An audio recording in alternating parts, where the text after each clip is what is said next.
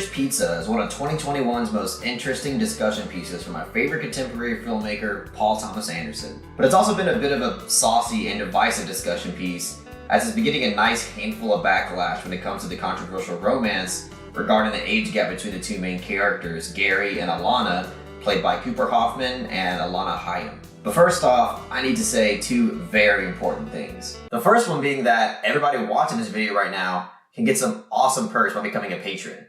$1 a month on Patreon will grant you access to bi-weekly polls. These polls will consist of films that you can then vote on and decide which film I will watch and review next on the channel. $5 a month will grant you access to the Discord, where you will then become a part of a global film-loving community, which you will then be able to chat with Kino Lords like yourself every hour of every day, be a part of movie nights every now and again, and also chat it up with me and other lovers of Kino, where we discuss the weekly blind recommendation every Saturday night. You can find the link to my Patreon down in the description box below.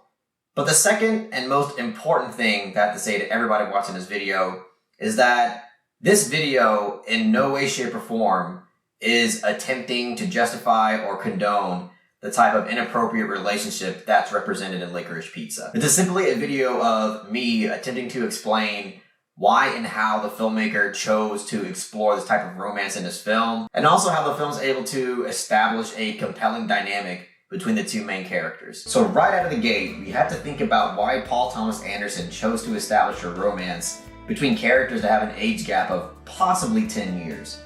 We know that Gary's character is 15 years old, but I don't remember the film fully disclosing the age of Alana's character. I think the movie suggests that she's in her mid-20s, but perhaps someone in the comment section can help clear that up. But the point is that Paul Thomas Anderson intentionally crafted a romance between two characters containing an inappropriate age gap.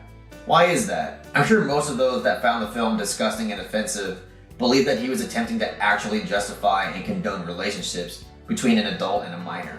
But I wholeheartedly and respectfully disagree with that sentiment. I personally think that's too surface level of an interpretation when you consider all the story and character details presented in the film. I believe that Paul Thomas Anderson established this kind of romance as a way to not only add a more interesting layer to their relationship, but mainly to challenge the viewer's conventional way of thinking about these subjects. The film isn't justifying the age gap, but more so challenging the way that we perceive the complexity of complicated relationships, human attraction, love, and double standards. And he's able to demonstrate these themes by the way that he explores their characters and builds their relationship in a way that makes it feel uncomfortably wholesome. Licorice Pizza isn't the first film to ever do this. There are mountains of other films before this that have also attempted the same kind of dynamic. An older example would be a film called Harold and Maude, and a more contemporary example would be a film called Call Me By Your Name. And I believe that these films are able to establish and achieve a similar compelling dynamic between the two main characters in their romance, despite the obvious and appropriate age gap between them. But how are these films able to achieve this awkward, uncomfortable, yet kind of wholesome sense of friendship and romance? Well, when it comes to Licorice Pizza in particular, there are many different factors that come into play. One crucially important one being that the film chooses to focus a whole lot more on exploring these characters through their interactions and situational dilemmas and conflicts, rather than just having the film propel forward through a more conventional linear narrative. And this is actually something that many have criticized the film for.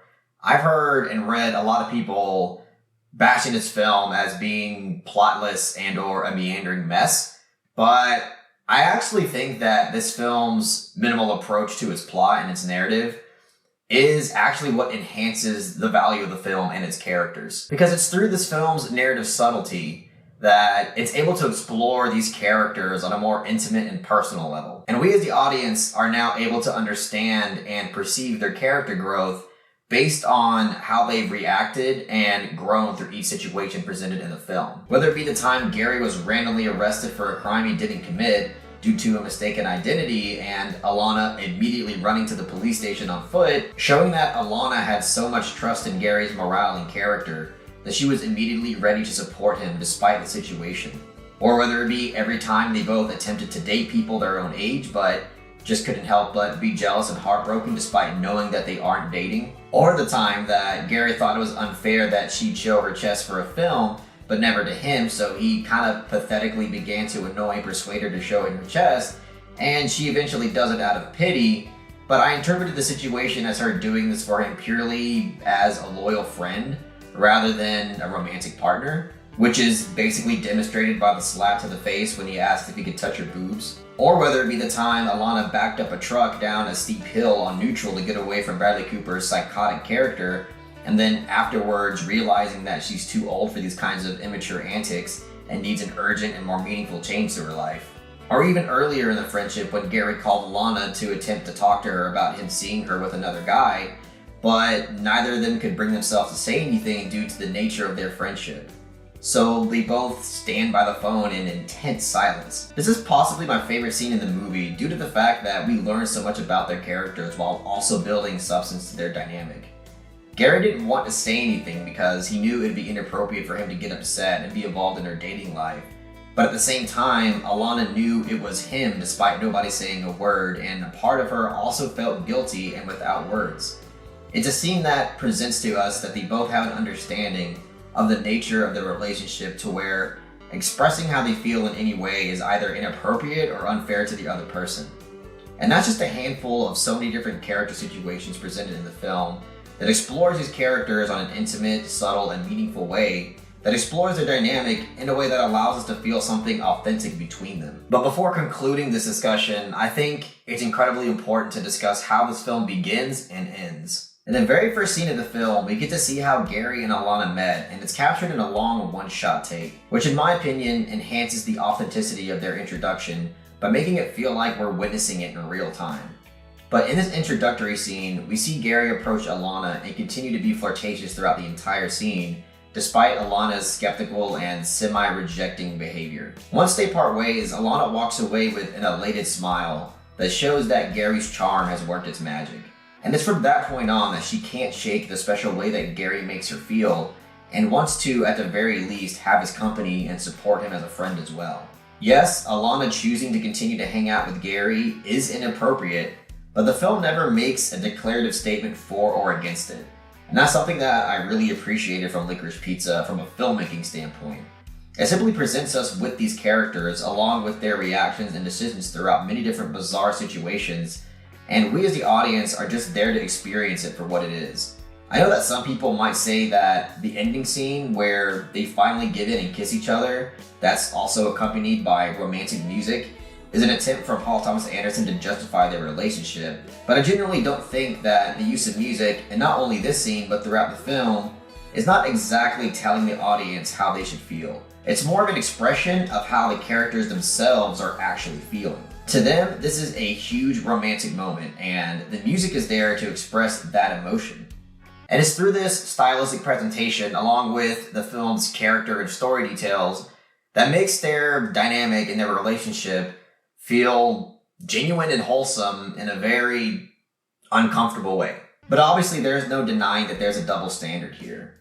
Clearly, if the roles were reversed and the male character was in his 20s and the female was a teenager, we as an audience would not view this as a compelling romance. There's no doubt about that. But this is also one of the many reasons why I do love this film, because I do feel like it's intentional and it's very aware of this fact, and it's trying to get the audience to think why exactly we think the way we do. And it just does an excellent job at sparking these kinds of conversations and debates, which gets people to think about societal norms, double standards, and other philosophical ideas that are taboo and at times incredibly uncomfortable. To me, this is truly a film that wants to question how we felt throughout the experience and whether or not our preconceived notions and or current feelings are warranted and reasonable. But yeah, clearly, I really love this film. I just put out my top 20 best of 2021 video, and it's pretty high up there. But if you haven't seen that video, please go check that video out. But most importantly, I want to hear an interesting discussion down in the comment section below.